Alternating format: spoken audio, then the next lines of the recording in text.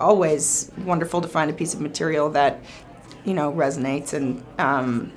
with you, and yeah, I'd like to find more, but it's not a given, you know. That's why it's so special when it does happen, especially with this group of people. I mean, this was like 3 cherries in a row kind of thing, and it was in our hometown, and it really felt like there was a certain amount of fairy dust around it. Yeah, it worked out. Yeah, and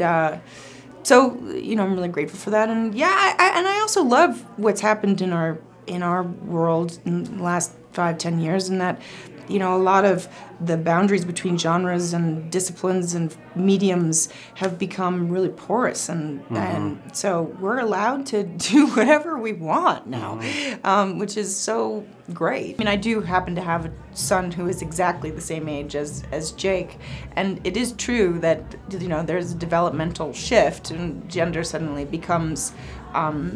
you know, really apparent, you know, where the child is kind of playing with that in a more kind of active way. And I think, you know, you start to, it's like, feels like an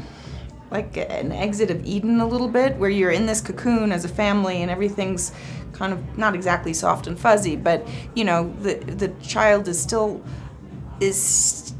kind of amorphous, and then they start to become, you know, an identifiable person, and what does that mean for the collective? And then, of course, you know, when he goes to school or she goes to school, you know, you become, you kind of have to declare yourself to the community, to the world at large, and that can do interesting things to everybody's psyche.